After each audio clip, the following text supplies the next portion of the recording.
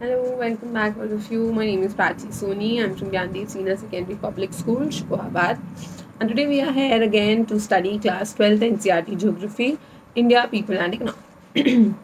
In the last class, we have completed the chapter Transport and Communication. Today we would be starting with chapter number 11, that is your International Trade. So, without wasting any time, I guess we should just start the chapter. We have already studied about the various aspects. हमने international trade के बारे में थोड़ा बहुत पढ़ा है human geography के book में.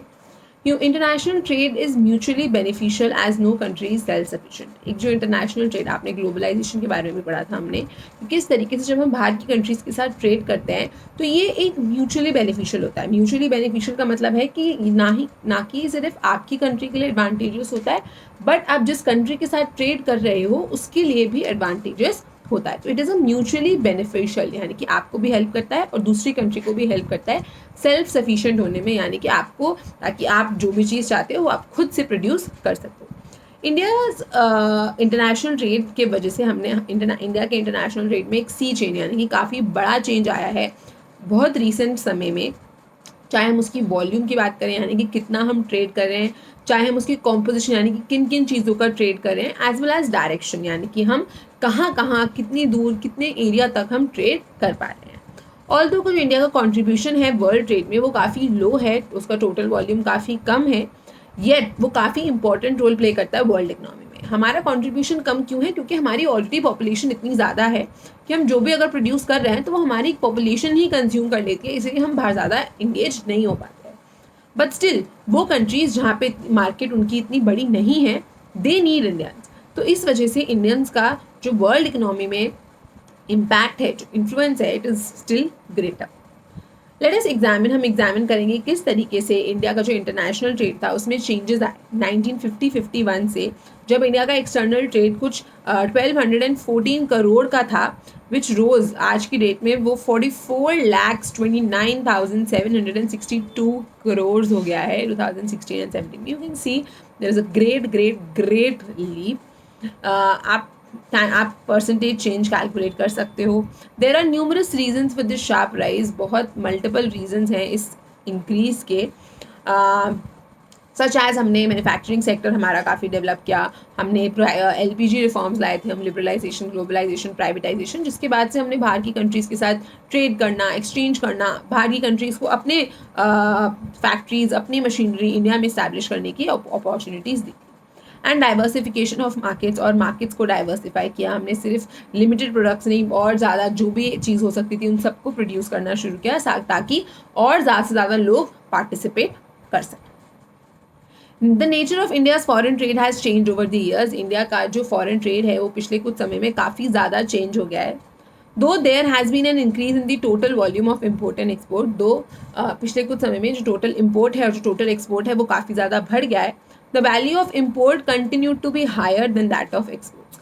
जो इम्पोर्ट की वैल्यू है वो हमेशा ज़्यादा ही होती है एक्सपोर्ट से, यानी कि हम जितनी चीज़ मंगाते हैं वो हमेशा हम जितनी चीज़ भेजते हैं उससे ज़्यादा होती है. For a very simple reason, we have a huge population and we don't have enough production to sustain that huge population. तो हमारे imports generally हमारे exports से ज़्यादा होते हैं.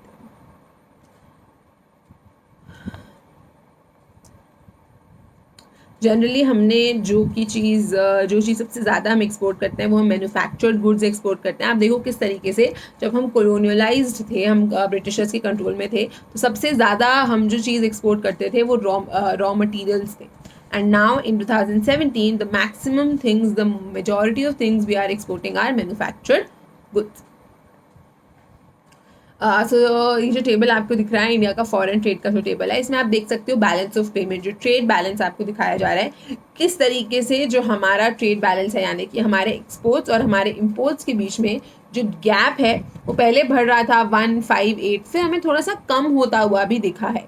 सो this is a positive sign कि इंडिया आप प्रोड्यूस कर पा रही है अपने लिए. बहुत ज़्यादा मेजर डिफरेंस नहीं है, but still even a slightest decline is a good ray of hope. तो अभी हम लोग हम देखेंगे किस तरीके से जो इंडिया का एक्सपोर्ट का पैटर्न है वो चेंज हो रहा है. एज हमने ऑलरेडी बात कर ली है कि जो कंपोजिशन है कमोडिटीज़ की, यानी कि कौन सी कमोडिटीज़ भेजी जा रही है, manufactured goods, raw materials, petroleum products, coal products, ये इंटरनेशनल ट्रेड में समय के साथ साथ चेंज होता रहता है. The share of agriculture and allied products has declined, यानी कि जो चीज़ पहले हम एग्रीकल्चरल प्रोडक्ट्स, एलाइड और एग्रीकल्चर से जुड़े हुए प्रोडक्ट्स को बाहर एक्सपोर्ट करते थे वो कम हो गया है. वेयर एज जो पेट्रोलियम का, क्रूड ऑयल का जो कमोडिटीज़ हैं ये इंक्रीज हो गई हैं आपकी.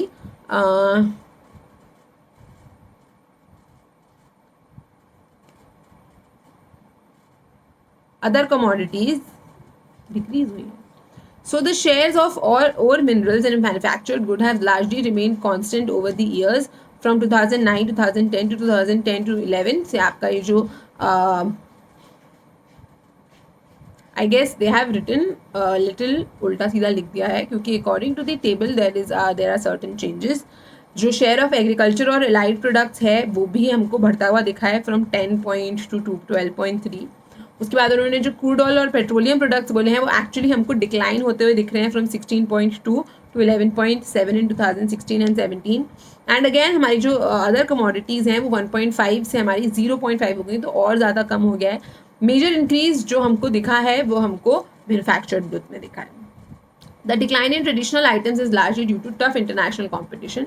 कोई भी चीज़ में डिक्लाइन इसलिए है, सिंपल सा रीज़न, क्योंकि बाहर में इंटरनेशनल कॉम्पिटिशन बढ़ता जा रहा है. एग्रीकल्चर प्रोडक्ट्स में there is a decline in the export of traditional goods, जैसे कि हम कॉफ़ी, कैश्यू, इन सब चीज़ों को हमने एक्सपोर्ट करना बंद कर दिया है. दो an increase has been registered in floriculture products, यानी कि जो फ्लावर से related fresh fruits, marine products, sugar, इन सब का हमने जो ट्रेड है उसको हमने थोड़ा सा इंक्रीज करा है. मैन्युफैक्चरिंग सेक्टर अलोन आपका 73.6% इंडिया का टोटल वैल्यू एक्सपोर्ट करता है. इंजीनियरिंग गुड्स में हम सबसे ज़्यादा ट्रेड करते हैं. चाइना और बाकी की जो ईस्ट एशियन कंट्रीज़ हैं ये हमारे अच्छे खासे कॉम्पिटिटर्स हैं. China specifically is a very great competitor. और अगर हम कंपटीशन की बात कर रहे हैं तो China is not just a competitor, काफ़ी आगे भी है हमसे. जेम्स और ज्वेलरी, जो हम पत्थर ज्वेलरी वगैरह बनाते हैं, ये भी काफ़ी बड़ा share of Indian foreign trade में कंट्रीब्यूट करता है. अब हम अगर इम्पोर्ट्स की बात करते हैं, changing patterns of the composition of India's import हम यानी कि क्या ला रहे हैं. तो अंदर हम लोग जो ला रहे हैं, इंडिया फेस सीरियस, हमको काफ़ी फूड शॉर्टेज हो गया था 1950s और 1960s में. The major item of import इस टाइम पे जो हम सबसे ज़्यादा चीज़ इम्पोर्ट करते थे वो था food grain, capital goods, machinery और इक्विपमेंट. बैलेंस ऑफ पेमेंट क्या होता है? Imports minus exports. तो एक्सपोर्ट्स माइनस इम्पोर्ट्स, यानी कि आप अंदर क्या ला रहे हो और बाहर क्या भेज रहे हो, उसको हम बैलेंस ऑफ पेमेंट बोलते हैं. तो जो हमारा बैलेंस ऑफ पेमेंट था वो काफ़ी ज़्यादा ख़राब हालत में था, क्योंकि जो हमारे इम्पोर्ट्स मतलब अंदर आ रहे थे वो वे टू मच, यानी कि बहुत ज़्यादा थे. हमारे एक्सपोर्ट्स थे. हमने बहुत कोशिश करी थी इम्पोर्ट सब्सटीट्यूशन करने की, हमने बहुत कोशिश करी थी सेल्फ सफिशिएंट बनने की, खुद प्रोड्यूस करने की. 5-year प्लान्स लाए थे, but still there was no major change. We had a huge balance of payment gap. After 1970s food grain जो इम्पोर्ट था वो थोड़ा सा हमने डिसकंटिन्यू कर दिया, क्योंकि हमारा जो ग्रीन रेवोल्यूशन था वो काफ़ी सक्सेसफुल हो गया और हमारी कंट्री अच्छा खासा फूड प्रोडक्शन करने में सक्सेसफुल रही. But the energy crisis of 1973 pushed the prices of petroleum. But जो 1973 में एनर्जी क्राइसिस हुआ, सब जगह पे पेट्रोल वगैरह की प्रॉब्लम हो गई थी, उसकी वजह से जो पेट्रोल था उसकी प्राइस बढ़ गई और हमको जो हम इंपोर्ट करते थे वो हमको महंगा पड़ने लगा, और उसकी वजह से हमारा जो बजट था वो पुश हो गया. फूड ग्रेन्स जो फूड ग्रेन्स हम इंपोर्ट करते थे वो रिप्लेस कर दी गई फर्टिलाइजर्स और पेट्रोलियम से. मतलब जो हम पहले फूड ग्रेन्स लेते थे अब उसकी जगह हमने पेट्रोलियम और फर्टिलाइजर्स लेना शुरू किया. Machines, equipments, steel, edible oils, chemicals, largely ये हमारे इंपोर्ट बास्केट में आते थे. इंपोर्ट बास्केट मतलब जो हम चीज़ें इंपोर्ट करते थे उसमें जनरली हमारे fertilisers, petroleums, machines, equipments, steels, edible oils, chemicals, ये सारे आपके पार्ट बनते थे. कुछ चेंजिंग पैटर्न्स ऑफ इम्पोर्ट्स भी हम देख लेते हैं कि किस तरीके से जो 2009 और 10 में हम फूड और अलाइड प्रोडक्ट्स को इंपोर्ट कर रहे थे around 3.7, which has increase to 5.6% in.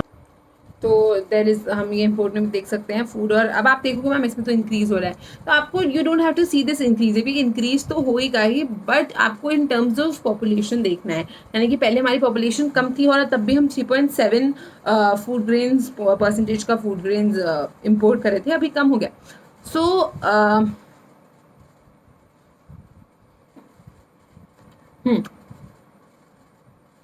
Moving on, it is use not only, अब जो पेट्रोलियम प्रोडक्ट्स आप देखोगे स्टीप राइज आया है पेट्रोलियम प्रोडक्ट्स में।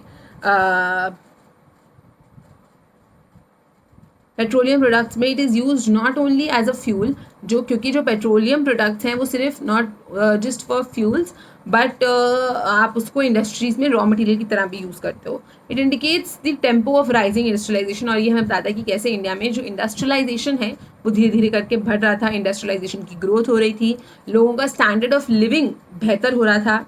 Sporadic price rise in the international market is another reason for the same. इसके अलावा जो इंटरनेशनल मार्केट में प्राइस राइज हो रहा था उसकी वजह से भी ये जो पैसा था, ये जो अमाउंट परसेंटेज ऑफ इम्पोर्ट्स में जो ये बैलेंस ऑफ पेमेंट में गड़बड़ चल रही थी, this is also because of the price rise in the international market. Import of capital goods maintained steady increase due to rising demand. अब जो हमारे कैपिटल गुड्स जो हम इंपोर्ट करते थे, जो मशीनरी वगैरह अगर हम इंपोर्ट करते थे, इसकी वजह से हमारी डिमांड, एक्सपोर्ट ओरिएंटेड इंडस्ट्रियल और डोमेस्टिक सेक्टर्स भी इन्वॉल्व हुए। यानी कि हमने जैसे जब हमने मशीन इंपोर्ट कर ली तो हमने चीज़ें बनाना शुरू कर दी, हमने मैन्युफैक्चर्ड प्रोडक्ट्स खुद बनाना शुरू कर दिए, तो उस वजह से हमारी इनडायरेक्टली इंपोर्ट करने की वजह से हमारी एक्सपोर्ट मार्केट पर भी इफेक्ट पड़ा। नॉन इलेक्ट्रिकल जो मशीनरी होती है, ट्रांसपोर्ट इक्विपमेंट्स होते हैं, मैन्युफैक्चरर्स मेटल्स के, मशीन टूल्स के, ये मेन आइटम्स थे हमारे कैपिटल गुड्स में। जब हम फूड का इम्पोर्ट करते हैं, एलाइड प्रोडक्ट्स का फूड से और फूड और उससे रिलेटेड प्रोडक्ट्स को इम्पोर्ट करते हैं, decline with a fall in imports and edible oil. जिसके बाद हमारा जो एडिबल ऑयल खाना था, खाने का जो तेल हम ले रहे थे वो भी हमने कम करना शुरू कर दिया। नेचुरल सी बात है, हमने खुद प्रोड्यूस करना शुरू कर दिया था। अदर मेजर आइटम जो इंडिया इंपोर्ट करता था, इसमें आते थे pearls, semi precious stones, gold, silvers, metalliferous ores, metal scrap, non ferrous metals, electronic goods, ये सारी चीज़ें हम इंपोर्ट करते हैं। डिटेल्स ऑफ जो इंडियन इंपोर्ट्स हैं, कुछ प्रिंसिपल कमोडिटीज़ के ड्यूरिंग 2016 to 17, ये कुछ लिखी हुई हैं यहाँ पे, which includes your fertilizers, edible oils, pulp, waste paper, non-ferrous metals, iron and steel, petroleum, pearls, medicines, pharma products, chemical products. So these are certain things which we used to import. और आप देख सकते हो कितना ज़्यादा difference है petroleum products और हमारा नॉन फेरस मेटल। सबसे ज़्यादा हम एक्चुअली में व्हाट इज़ दिस, पेट्रोलियम, हाँ पेट्रोलियम हम सबसे ज़्यादा एक्सचेंज करते हैं, इंपोर्ट करते हैं। डायरेक्शन ऑफ ट्रेड क्या है? Direction of trade, India has trade relations with हमारी ज़्यादातर सारी कंट्रीज़ के साथ ट्रेड रिलेशन है, और जो मेजर ट्रेडिंग ब्लॉक्स हैं कंट्री में, वर्ल्ड में, हमारा उनसे भी रिलेशन है। रीजन वाइज और सब रीजन वाइज ट्रेड हम किया है हमने ड्यूरिंग द पीरियड 2016 का कुछ नीति दिया है। जैसे कि यूरोप के साथ हम 2010-11 में कुछ 3,23,857 करते थे, अभी हमने काफ़ी उसको इंक्रीज़ कर दिया है। सिमिलरली आप देखोगे देयर इज़ नो प्लेस जिसके साथ हमारा ट्रेड कम हुआ है। पिछले कुछ समय में करोड़ रुपीज़ में हमारा ट्रेड हर कॉन्टिनेंट के साथ इंक्रीज़ हुआ है, be it Europe, Africa, North America, Latin America, Asia, ASEAN nations, सबके साथ हमारा इंक्रीज़ हुआ है। इंडिया एम करती है कि वो अपने शेयर, जो उसका इंटरनेशनल ट्रेड में जो शेयर है, जो उसका कंट्रीब्यूशन है, उसको डबल करेगी कुछ अगले 5 सालों में। हमने ऑलरेडी शुरू कर दिया है इंपोर्ट लिबरलाइजेशन, यानी कि जो अगर हम इंपोर्ट्स कर रहे हैं तो हम लोगों को अलाउ कर रहे हैं कि वो हमारी कंट्री में आके ट्रेड कर सकें। हम टैक्स वगैरह कम लगाते हैं। हम इंपोर्ट ड्यूटीज़ में, यानी कि जब हम अंदर लेते हैं, हम जब कोई भी चीज़ इंपोर्ट करके अपने कंट्री में लाते हैं तो हम उस पर बहुत सारा टैक्स लगाते हैं। तो हमने वो टैक्स क्या कर दिया है, कम कर दिया कि आपको टैक्स नहीं भरना पड़ेगा या आपको कम टैक्स भरना पड़ेगा। फ्री ट्रेड एग्रीमेंट्स करें बहुत सारी कंट्रीज़ के साथ कि अगर हम आपकी कंट्री के साथ ट्रेड करें तो ना हम पैसे भरेंगे ना आप पैसे भरना।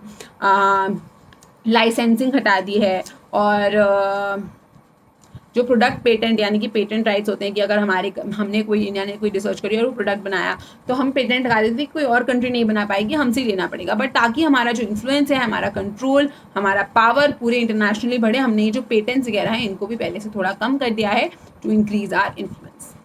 मोस्ट ऑफ जो इंडिया का फॉरेन ट्रेड है वो सी और एयर रूट से किया जाता है. ऑब्वियसली रोडवेज से नहीं जाता है, नदी से, पानी से या हवा से, एयर रूट या सी रूट से जाता है. हाउएवर जो एक स्मॉल पोर्शन है वो लैंड से भी जाता है, जो हमारी आसपास की नेबरिंग कंट्रीज़ हैं जैसे कि नेपाल, भूटान, बांग्लादेश, पाकिस्तान में हम लैंड से भी ट्रेड करते हैं. बट मेजर जो ट्रेड हम करते हैं वो हमारा सीवेज और एयरवेज से होता है. So next topic is about sea ports. जो अब सी पोर्ट्स का ये जो टॉपिक है दिस इज लिटिल डिफरेंट. तो अब सी पोर्ट और एयरपोर्ट्स को हम अपकमिंग क्लासेस में कंप्लीट करेंगे. That's it for today.